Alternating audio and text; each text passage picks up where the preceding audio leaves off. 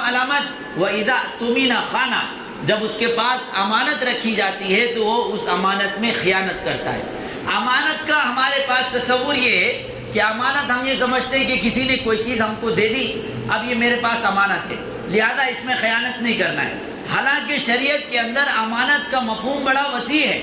امانت کہتے ہیں کہ آپ پر بھروسہ کر کے کوئی چیز یا کوئی کام کسی شخص نے آپ کو دیا تو یہ آپ کے لیے امانت ہے۔ کوئی چیز ہی ضروری نہیں ہے، کوئی کام ہم نے آپ کو لگایا اور تو یہ امانت ہے، آپ کو اس کی امانت کی حفاظت کرنا ہے۔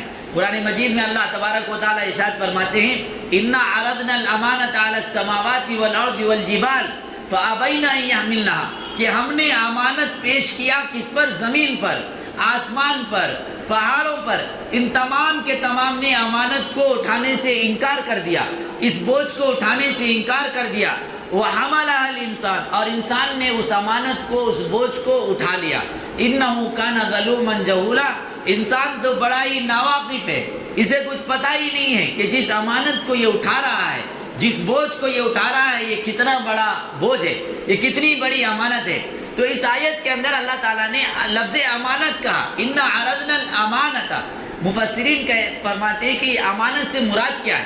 امانت سے مراد یہ ہے کہ اللہ تعالیٰ نے جب ہم کو پیدا کرنے کا ارادہ فرمایا، جو عہد الست ہے کہ جس موقع پر اللہ تعالیٰ نے تمام انسانوں کو جمع کیا تھا، یعنی قیامت تک جتنے انسان آئیں گے تمام کی روحوں کو اللہ تعالیٰ نے جمع کیا تھا اور جمع کر کے ان کے سامنے یہ پیش کیا تھا کہ دیکھو ہم تم کو دنیا میں بھیجیں گے اور تم کو ایک زندگی دیں گے اور تم کو اختیار دیں گے، تم چاہو گے تو تم اچھے کام کر سکتے ہو، تم چاہو گے تو تم برے کام کر سکتے ہو، اچھے کام کرو گے تو تم کو جو ہے جنت ملے گی، ہماری خوشنودی ملے گی، برے کام کرو گے تو تم کو جہنم میں جانا پڑے گا اور ہماری ناراضگی ملے گی۔ یہ اللہ تعالیٰ نے بیان فرمایا اور اس کے بعد ہم سے اللہ تعالیٰ نے وعدہ لیا اور فرمایا کہ الست بربکم، کیا میں تمہارا رب نہیں ہوں؟ کیا میں تمہارا پروردگار نہیں ہوں؟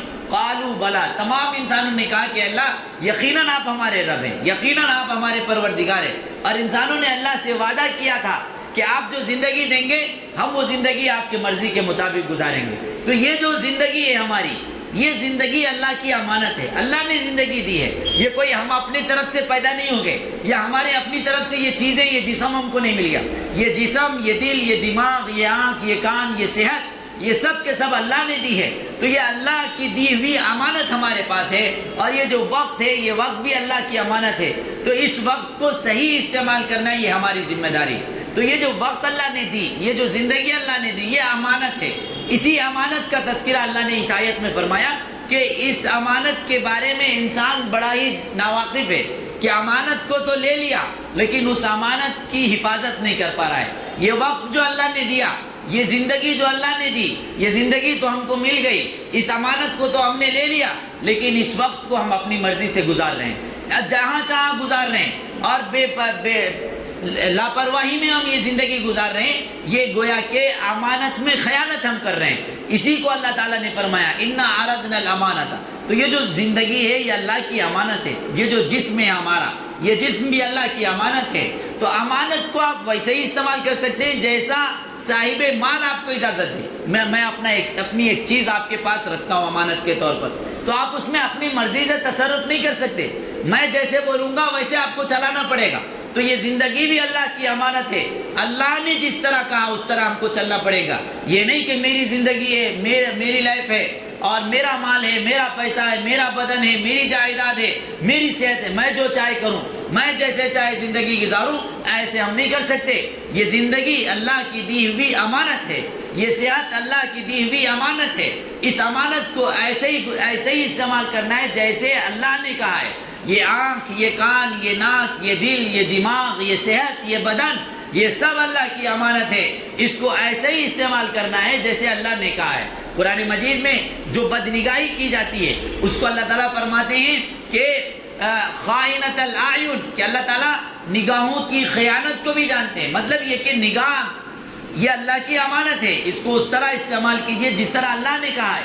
اگر آپ اپنے مرضی سے استعمال کر رہے ہیں تو گویا کہ آپ اس امانت کے اندر خیانت کر رہے ہیں۔ تو وقت جو ہے یہ اللہ کی طرف سے دی ہوئی امانت ہے، اس کو اللہ کے مرضی کے مطابق گزاریے۔ زندگی اللہ کی دی ہوئی امانت ہے، اس کو اللہ کے مرضی کے مطابق گزاریے۔ صحت اللہ کی دی ہوئی امانت ہے، اس کو اللہ کی مرضی کے مطابق لگائیے۔ آپ کا جسم، آپ کا دل، آپ کا دماغ، یہ اللہ کی دی ہوئی امانت ہے، تو اللہ کی مرضی کے مطابق سوچئے، اللہ کی مرضی کے مطابق عمل کیجئے۔ یہ صحت اور یہ ہاتھ پیر، یہ سب اللہ کی امانت ہے۔ تو ایک تو یہ ہے کہ امانت کا مفہوم ہم نے بہت مختصر سمجھا۔ ہم یہ سمجھتے ہیں کہ کوئی چیز ہمارے پاس رکھ دے، بس اس کی حفاظت کرنا یہی امانت، ایسا نہیں ہے۔ پوری زندگی کی حفاظت کرنا یہ بھی امانت کی حفاظت کرنا ہے، پورے اوقات کی حفاظت کرنا ہے یہ بھی امانت کی حفاظت کرنا ہے۔ لہذا اپنے ذہنوں سے، اپنے دماغ سے آپ یہ چیز نکال دیجئے کہ یہ صحت میری ہے، یہ دماغ، یہ دل، یہ بدن میرا ہے، میں جیسے چاہوں زندگی گزاروں، ایسا نہیں۔ قرآن مجید میں اللہ نے فرمایا ان اللہ اشترى من المؤمنین انفسهم واموالهم بان لهم الجنہ، اللہ تعالیٰ نے مومنوں سے، ان اللہ اشترى من المؤمنین انفسهم، ان کی جانوں کو اللہ نے خرید لیا، واموالهم، ان کے مال کو اللہ نے خرید لیا۔ اب یہ جان بھی اللہ کی ہے، یہ مال بھی اللہ کا ہے۔ جان وہاں لگے جہاں اللہ نے کہا، مال وہاں لگے جہاں اللہ نے کہا۔